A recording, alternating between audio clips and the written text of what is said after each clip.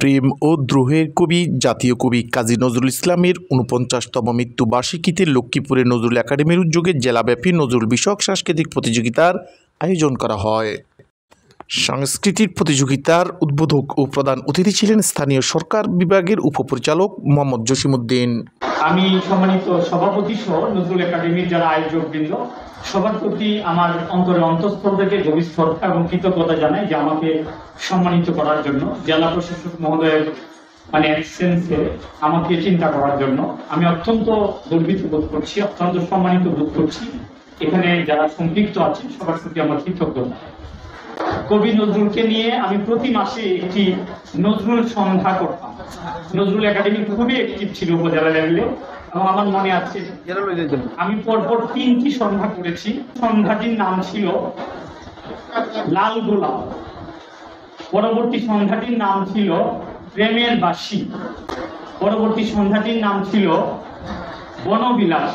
অর্থাৎ প্রথম যে সন্ধ্যাটি ছিল গোলাপ ফুল নিয়ে আমরা সবাই বসেছিলাম, একজন আরেকজনকে গোলাপ উপহার দিয়েছিলাম, নজরুল নিয়ে আমরা অনেক চর্চা করেছি। এই প্রোগ্রামে বিশেষ অতিথিদের মধ্যে উপস্থিত ছিলেন নজরুল একাডেমির উপদেষ্টা প্রফেসর জেডএম ফারুকি। কম্পিটিশন যারা করবে তারা উপস্থিত হয়েছে বিভিন্ন জায়গা থেকে, এত উচ্ছ্বাস নিয়ে আমি তাদেরকে ধন্যবাদ জানাচ্ছি।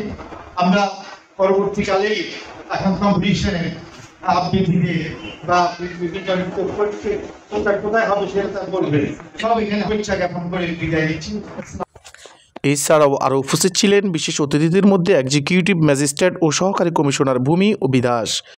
এই সময় নজরুলকে নোবেল পুরস্কারে ভূষিত করার দাবি জানান নজরুল একাডেমির জেলা সভাপতি বিশিষ্ট সাংবাদিক সেলিমউদ্দিন নিজামী। আমরা সমাজ বাস্তবতাকে ভুলে যাব। নজরুলকে যদি আমরা স্মরণ করতে পারি, এই সমাজ আবারও জেগে উঠবে, আবারও পরিবর্তিত হবে। বিপ্লবী নজরুলকে আসুন আমরা আমাদের হৃদয়ে অঙ্গে অঙ্গে, আমাদের সময়ে সময়ে আমরা স্মরণ করি। আমার পরিবারে, আমার সমাজে, আমার রাষ্ট্রে, আমার ধর্মে আমি নজরুলকে খুঁজে পাবো। পৃথিবীতে এমন কবি খুঁজে পাওয়া যাবে না, পৃথিবীর সমস্ত অঙ্গনে যার ভূমিকা রয়েছে, এমন একটি নাম কবি নজরুল। আজকের এই আয়োজনে আমি প্রশাসনের কাছে, রাষ্ট্রীয় সরকারের কাছে দাবি রাখতে চাই, এই নজরুলকে নোবেল কমিটির কাছে, বাংলাদেশ সরকারের কাছে দাবি করব, মন্ত্রণালয়, শিক্ষা মন্ত্রণালয়ের কাছে অনুরোধ করব, এই সাহিত্যগুলোকে যদি ইংরেজি ভাষা সহ পৃথিবীর প্রভাবশালী ভাষাগুলোতে অনুবাদ করা যায়, নজরুলকে বিশ্বব্যাপী ছড়িয়ে দেওয়া যায়, তাহলে অনতিবিলম্বে নজরুলকে নোবেল পুরস্কারে ভূষিত করতে নোবেল কমিটি বাধ্য হবে। নজরুল একাডেমির সাধারণ সম্পাদক কার্তিক রঞ্জন সেনগুপ্তের সঞ্চালনায় জেলাব্যাপী নজরুল বিষয়ক সাংস্কৃতিক প্রতিযোগিতায় ৫ শতাধিক শিক্ষার্থী বিভিন্ন ইভেন্টে অংশগ্রহণ করে।